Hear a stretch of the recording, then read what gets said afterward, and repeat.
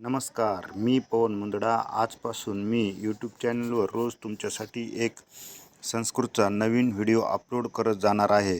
हा चॅनल विशेषतः संस्कृत शिकणाऱ्या विद्यार्थ्यांसाठी तयार केला आहे, जेणेकरून त्यांना संस्कृत शिकणे आणि समजणे सोपे होईल व रंजक वाटेल. तर आपल्या भारतीय संस्कृतीत कोणत्याही शुभकार्याची सुरुवात प्रार्थनेपासून केली जाते. म्हणून आज आपण आपली सुरुवात इयत्ता 10वी या कक्षेतील प्रार्थनेपासून सुरुवात करणार आहोत. तर ह्या ज्या प्रार्थना असतात, ह्या प्रार्थना तुम्हाला परीक्षेमध्ये विचारल्या जात नाही, केवळ हे तुम्हाला कंठस्थी करण्यासाठी दिली जाते. तर आपण वेळ न वाया घालवता प्रार्थनेला सुरुवात करूया. तर पहिली प्रार्थना आहे करदर्शनम. ही जी प्रार्थना असते, तुम्हाला सकाळी उठल्याच्या नंतर म्हणायची असते. तर सुरुवातीला प्रार्थना म्हणूया.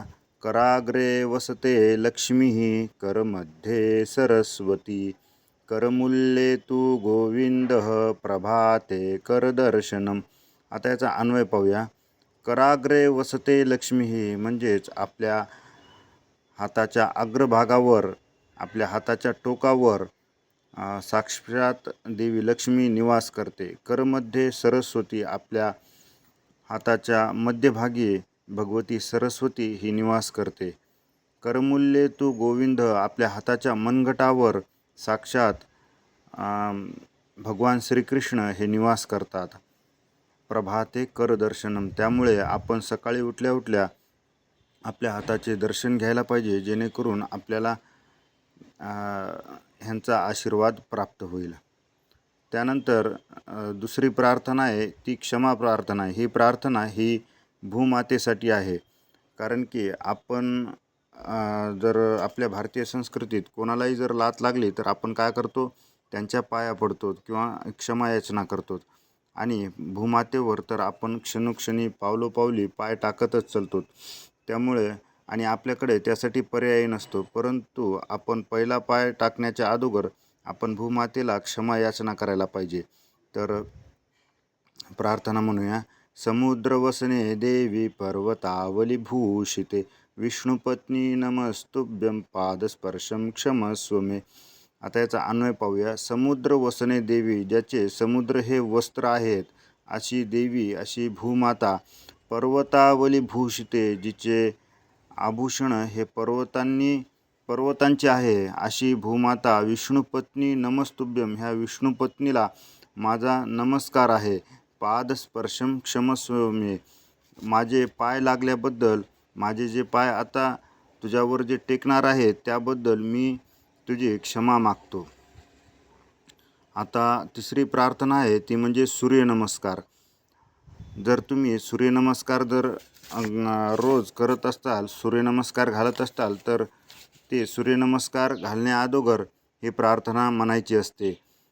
म्हणजेच साक्षात जे नारायण ज्या सूर्यामध्ये जे विराजमान असतात त्यांच्यासाठी ही म्हणायची आहे. तर अगोदर म्हणूया. ध्येय सदा सवित्रमंडल मध्यवर्ती, नारायण सरसिजासन सन्निविष्टः, केयूरवान मकरकुंडलवान, किरीटी हारे, हिरणमय वपुर्धृत शंखचक्र. आता याचा अन्वय पाहूया.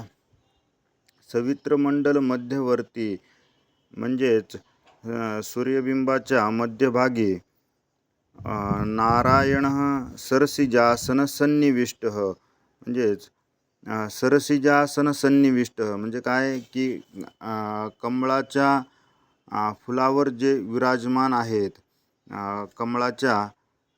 कमळाच्या आसनावर जे विराजमान आहेत ते नारायण म्हणजेच श्रीहरी विष्णू. केयूरवान, ज्याचे ज्यांनी बाजूबंद धारण केले आहेत असे. मकरकुंडलवान, मगरीच्या आकृतीप्रमाणे ज्यांनी कुंडल धारण केले आहेत ते. किरीटी, ज्यांनी मुकुट धारण केले आहेत ते. हारी, ज्यांनी हार धारण केले आहेत ते. हिरणमय वपुः, ज्यांचं वपुः म्हणजेच देह, ज्यांचा देह हा सोन्यासारखा आहे ते.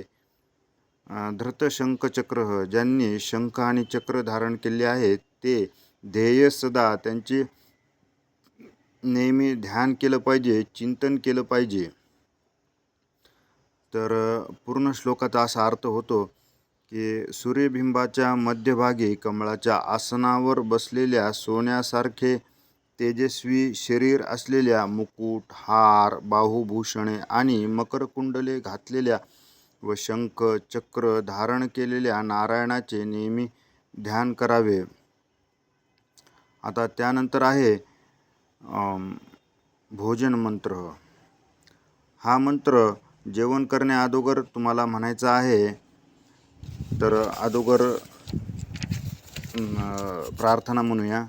सततमश्न काले मातृभूमिं स्मरेयं जय जय जननी त्वं मुक्तकंठं वदेयं हितदसुखदमन्नं प्रत्यहं भक्षयेयं भवतु बलसमृद्धं राष्ट्रभक्ते शरीरम. तर याचा अन्वय पाहूया आता. सततमश्न काले मातृभूमिं स्मरेयं, जेव्हा जेव्हा मला भूक लागेल तेव्हा तेव्हा मी मातृभूमीचं स्मरण करेल. जय जय जननी त्वं मुक्तकंठं वदेयं, मी माझ्या मुक्तकंठाने जय जय जननी असं म्हणेल. हितद सुखदमन्नं प्रत्यहं भक्षयेयं, हितद म्हणजेच हित करणारं, हित देणारं, सुखद म्हणजेच सुख देणारं अन्न, प्रत्यहन म्हणजेच काय, दररोज, भक्षयेयं म्हणजेच काय की मी रोज ग्रहण करेल. भवतु बलसमृद्धं राष्ट्रभक्ते शरीरम, तर राष्ट्रभक्ते शरीर म्हणजेच काय, राष्ट्रभक्ती करण्यासाठी माझं जे शरीर आहे हे समृद्ध हो. म्हणजे बघा आपली संस्कृती किती महान आहे की आपल्याला जेवण करायचं आहे ते कशासाठी करायचं आहे, केवळ पोट भरण्यासाठी नव्हे तर कशासाठी, राष्ट्रभक्ती करण्यासाठी आपल्याला पोट भरायचं आहे हा भाव आपल्यामध्ये असला पाहिजे. आता पुढची प्रार्थना पाहूया. दीपस्तुती आहे. ही दीपस्तुती विशेष करून संध्याकाळचा जो आपण दिवा लावतो ते दिवा लावताना म्हणायचं आहे.